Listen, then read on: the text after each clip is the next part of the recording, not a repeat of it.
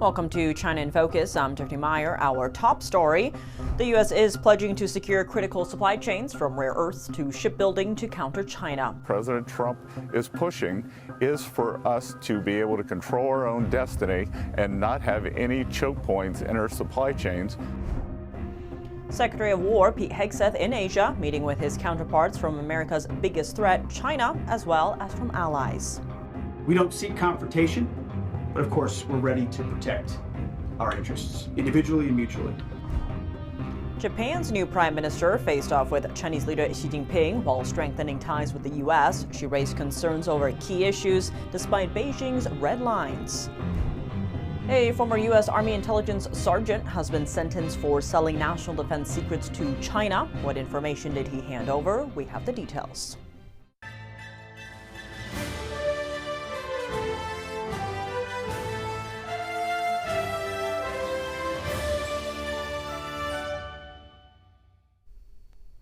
Treasury Secretary Scott Bessent says the U.S. aims to take control of critical supply chains from rare earths to medicine and shipbuilding. His comment on Thursday came after President Trump's trade talk with Chinese regime leader Xi Jinping. We're going to be taking control of our supply chains in rare earths, in semiconductors, in medicines, in steel, in shipbuilding. Part of the America First agenda that President Trump is pushing is for us to be able to control our own destiny and not have any choke points in our supply chains like he inherited. Bessent confirmed the U.S. will suspend a new rule for 1 year in exchange for China pausing its latest rare earth export restrictions.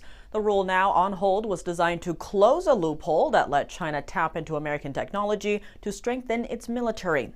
In the past, when the U.S. put a Chinese company under export controls, that company would often set up new subsidiaries to continue accessing U.S. technology. The new rule aimed to block any subsidiary that's at least 50% owned by a company that's already blacklisted by the U.S. During Trump's Asia tour, the U.S. and Japan agreed to a deal on new generation nuclear power reactors and rare earths. Bessent said Trump wants to bring back nuclear power to compete with China. The Chinese are building nuclear plants. They're starting them up every month, and we are behind. But under President Trump's leadership, we're going to catch up. U.S. Trade Representative Jamieson Greer said the trade talks didn't solve every problem in the bilateral relationship. There are a lot of issues with U.S. companies operating in China or trying to operate in China that are not resolved. He said the Trump-Xi meeting was really about making sure rare earths can keep flowing to the world, China can resume buying U.S. agricultural products, and crack down on fentanyl. Greer said the U.S. would continue its investigation into China's compliance with the Phase 1 trade agreement during Trump's first term. He added the one-year pause in the trade war is just a confidence-building step, and the U.S. has other options if it doesn't pan out. Secretary of War Pete Hegseth met with his counterparts from several countries on Friday, including China and India, on the sidelines of the Asian Defense Summit. The face-to-face sit-downs in Malaysia come as Washington aims to boost regional security ties. Here's Secretary Hegseth. And we don't seek confrontation, but of course we're ready to protect our interests, individually and mutually. And that's why we're publicly announcing the Task Force Philippines here with you today, which will be another step in our cooperation. I'll just say real quick, I want to express the gratitude to the Minister Singh, for his time, for the partnership we have with India. It's one of the most consequential, the U.S.-Indian relationship in the world. And our strategic alignment is built on shared interests, on mutual trust, and a commitment to a secure and prosperous Indo-Pacific, which is precisely the conversation we had. It was the world's oldest democracy and the world's largest. And this new 10-year defense framework, which we signed, is ambitious. Hegseth called the 10-year defense cooperation with India framework a cornerstone for regional stability and deterrence. On China, Hegseth said on X that he told Beijing's representative the US would stoutly defend its interests and maintain the balance of power in the Indo-Pacific. He also voiced concern about Chinese activities in the South China Sea and around Taiwan. The Philippines and the United States have formed a new joint task force to strengthen cooperation and increase military readiness. Its area of operation will also include the South China Sea. Taiwan is rejecting Beijing's latest push to bring the island under China's control. On Friday, President Lai Ching-te said Taiwan will never accept Beijing's one country, two systems model that's used in Hong Kong. He told troops at a military base that only strength brings peace. The remarks come as Taiwan commissions its first battalion of a series of American-made Abrams tanks. We must remain dignified and determined, maintain the status quo, and resolutely oppose annexation, aggression, oppose the promotion of unification, and one country, two systems. This is because we will always uphold a free and democratic constitutional system. Taiwan purchased 108 M1A2T Abrams tanks from the United States as part of a broader effort to upgrade its defense capabilities. The first batch of 38 tanks arrived late last year and completed live fire exercises in July. A second shipment of 42 tanks arrived this past July, and the final batch of 28 is expected early next year. The Abrams tanks join another high-end US weapons system, including upgraded F-16V fighter jets and HIMARS missile launchers. The Taiwanese president has vowed to raise the island's defense spending to 5% of GDP by 2030. Japan's new Prime Minister Sanae Takaichi held her first meeting with Chinese leader Xi Jinping during the APEC summit in South Korea on Friday. Takaichi acknowledges that Tokyo and Beijing still face many unresolved issues, but says she hopes to reduce tensions and keep communication with Xi. Both sides have agreed to move forward with what they called a strategic, mutually beneficial relationship. Their conversation lasted roughly 30 minutes. China brought up the issue of Taiwan early in the talks. Xi made some remarks about Taiwan, so I told him that maintaining a good China-Taiwan relationship is extremely important for regional stability and security. Takaichi also pushed back on Beijing's red lines regarding human rights in Xinjiang and Hong Kong. She also challenged China on activities near the disputed Senkaku Islands and rare earth export controls threatening global supply chains. Japan pressed Beijing to ensure the safety of its citizens there and lift bans on Japanese seafood and beef. Meanwhile, Xi Jinping urged Japan to view the two countries' relations through an historical lens. He referenced former Prime Minister Takaichi Murayama's deep remorse for Japan's wartime aggression. Takaichi, dubbed Japan's Iron Lady, has taken a firm foreign policy stance. She's working closely with allies, especially the U.S., to maintain regional geopolitical balance. That comes as China pushes to reshape the global order and challenge Western democracies. Notably, after her election, Xi broke tradition by not sending a personal congratulatory message. Instead, he delegated the task to Chinese Premier Li Qiang. Observers noted a stark contrast in tone. Takaichi appeared to warmly regard President Donald Trump earlier this week, but she was visibly reserved with Xi. China agreed to delay its recent rare earth export controls after the Trump-Xi meeting, but restrictions from April will remain in effect. Beijing's recent restrictions would have made it hard for countries to obtain Chinese technology and equipment to develop their own rare earth refineries. April's rules limit exports of 7 rare earth metals, including magnets vital to automakers, defense firms, and chip makers. They also force some automakers to halt production at several plants. What are rare earths? Why are they important? And how has the U.S. been playing catch-up? Here's a breakdown. Rare earths are metals, a group of 17 elements on the periodic table. They're used in almost all modern technology, from iPhones to Tesla motors to almost every advanced weapon. China mines 70% of the global rare earth supply. Altogether, the U.S., Brazil, India, Australia, Russia, Vietnam, and Greenland have similar amounts of rare earths as China. But China processes over 90% of the world's rare earths. Earlier this year, China restricted rare earth exports to the U.S. in retaliation for Trump's tariffs. As a result, Ford paused production at a Chicago plant for a week. Automakers in Europe and Japan also face supply disruptions.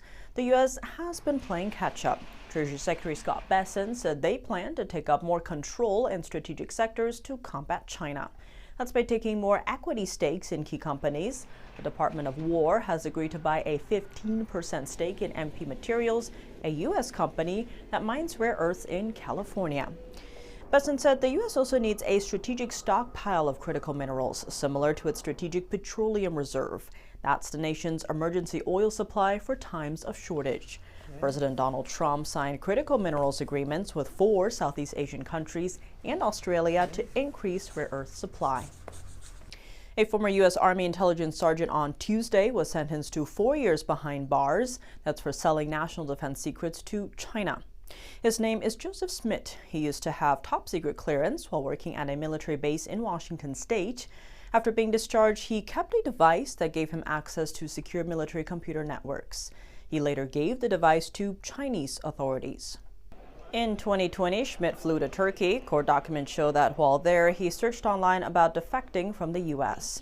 Schmidt later lived in China. While there, he attempted to visit China's Ministry of State Security, which is the regime's intelligence agency, in person. Schmidt was arrested in 2023 after flying back to the U.S. He was referred for mental health treatment. The judge said he considered Schmidt's mental health and the seriousness of the crime when sentencing him.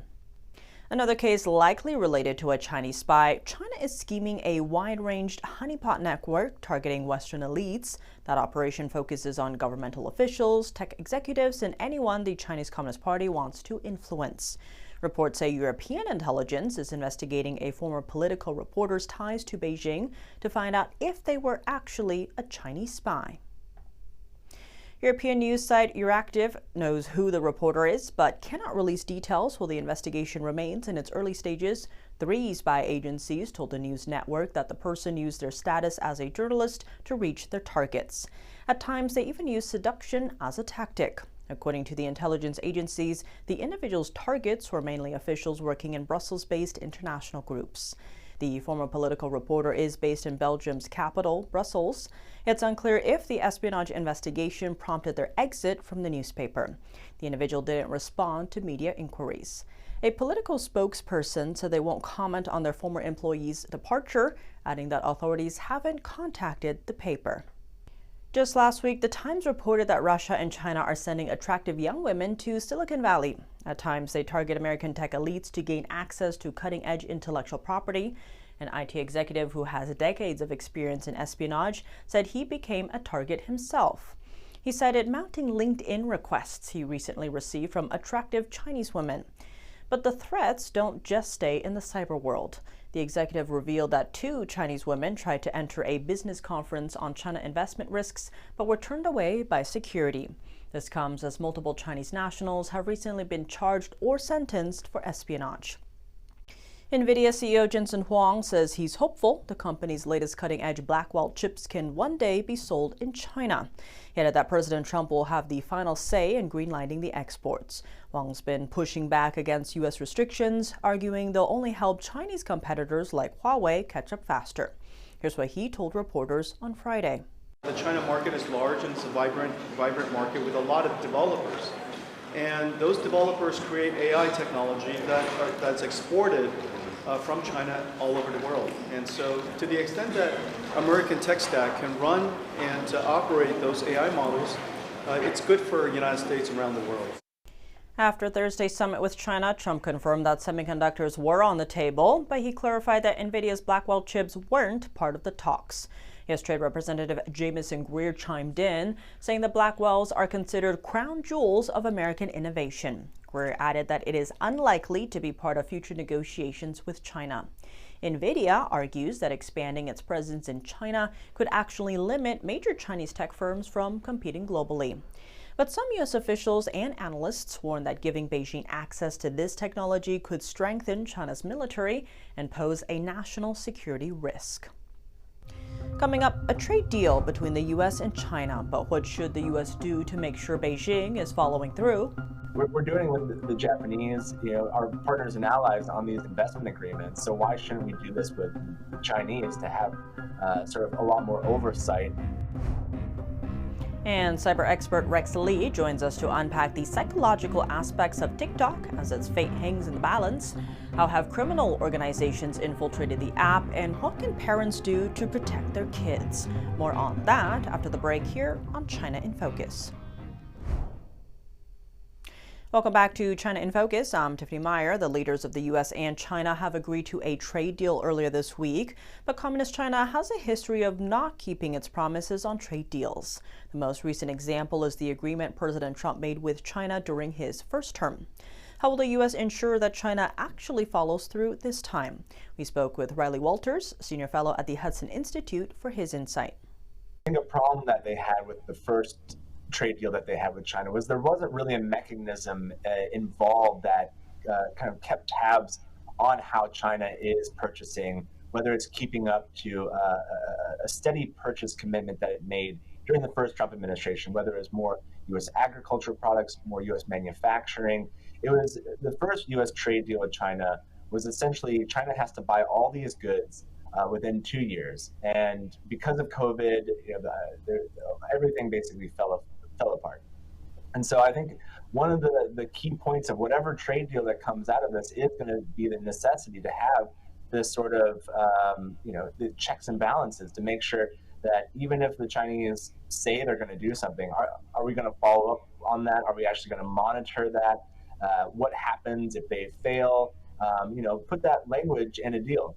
Say, we're doing it with the Japanese, our partners and allies on these investment agreements. So why shouldn't we do this with the Chinese to have sort of a lot more oversight of these deals that we're supposed to be signing? Last week, the U.S. launched an investigation into what it calls China's apparent failure to uphold the Phase 1 trade deal signed in 2020 during President Trump's first term. Under the agreement, Beijing promised to buy $200 billion in U.S. goods and services each year for at least 2 years. But China never met those targets, blaming the COVID-19 pandemic. No more broadcasts to China. Radio Free Asia says it's suspending operations for the first time in its history, citing funding uncertainty amid the government shutdown. Executives say the broadcaster will halt all production on Friday to conserve resources and preserve the chance of restarting if funding returns. Radio Free Asia is funded through the U.S. Agency for Global Media. It lost much of its budget after funding cuts earlier this year. The outlet was established in 1996. It reached nearly 60 million people in communist-ruled countries without press freedom, like China, North Korea, and Vietnam. Questions over TikTok's fate remains. Treasury Secretary Scott Bessent says China approved the transfer agreement for TikTok, adding that he expects it to move forward in the coming weeks and months. Meanwhile, China's Commerce Ministry said it would properly handle TikTok-related issues with the U.S. Joining us to dig into the psychological aspects of the app, especially its impact on young minds, is Rex Lee, cybersecurity advisor at MySmart Privacy. Rex Lee, thank you so much for joining us. Great to have you back on the show. Thank you for having me on the show, Tiffany. One way a lot of young people are staying connected with their heroes or stars or people they look up to is through TikTok. Talk to us about the psychological divide, if you will, or difference between TikTok that we use here in the U.S. versus Douyin, China's internal version. Yeah, it's amazing because they're both owned by ByteDance. And TikTok today, operating as is still owned by ByteDance. The deal hasn't been closed at all. And as you know, we went over the deal. The ByteDance is still going to retain 20% minority ownership in the new U.S. TikTok. So it's not really a U.S.-owned TikTok when 20% of it's still going to be owned by ByteDance. And they get 10 to 20% of the revenue kicked back to them for the use of the algorithm because they own 100% of the algorithm and they're only licensing it to the new company. So you're still going to have a China influence. And then if you look at what or how TikTok is programmed for not just the United States, but every country outside of the United States, it's everything goes. They're promoting human trafficking. These platforms like TikTok have been infiltrated by these criminal organizations. So they're recruiting, like here in Texas, we see a lot of stories about teenagers that were recruited to go down to the border and make a quick buck through human trafficking over the Biden years and or be a drug mule and make money through that. You'll see all that type of stuff that's being promoted on TikTok, the TikTok challenges that have harmed kids and bad behavior. Well, Douyin in China, which is TikTok in China, it's promoting good behavior. It's promoting academics. It's promoting sports. It actually has a time limit that will cut. It's a hard cutoff. Again, you can be indoctrinated with a political ideology through the platforms. Likewise, there's political indoctrination being influenced through the U.S. version of TikTok as well. And we see that regarding tech-based hybrid warfare today. And with all that you covered, what would be your advice to parents or, even kids who are concerned about maybe being influenced through these types of technologies and with the betting on the side? What would be your advice? If, my kids are growing up today. If it were 10 years ago, they would never see a smartphone until they're 18 years old. I wouldn't even prohibit them from being on social media. They just would not have the technology to access social media through a mobile device. Whereas a desktop computer, a parent can monitor and maybe put some guidelines on the kid regarding screen time. There's a movement within Gen Z where dumb phones are becoming popular because they're tired of it. They know they've been indoctrinated. They know they've been addicted to tech, and there's a movement toward that. So you can forget government trying to protect these consumers and children from all of this because of the lobbying that's going on K Street. The money's too big. It'll come back on the parent to have accountability for their children rather than depending on the government. Definitely a lot at stake here for sure. Rexley, as always, thank you so much for joining us. Thank you. That's all for today's China in Focus. I'm Tiffany Meyer. If you have any feedback on the show or have something you'd like to see us cover, send us an email at chinainfocus@ntd.com. We'd love to hear from you. Round the clock original news coverage, visit us at ntd.com or download our NTD app. Thanks for watching. See you soon.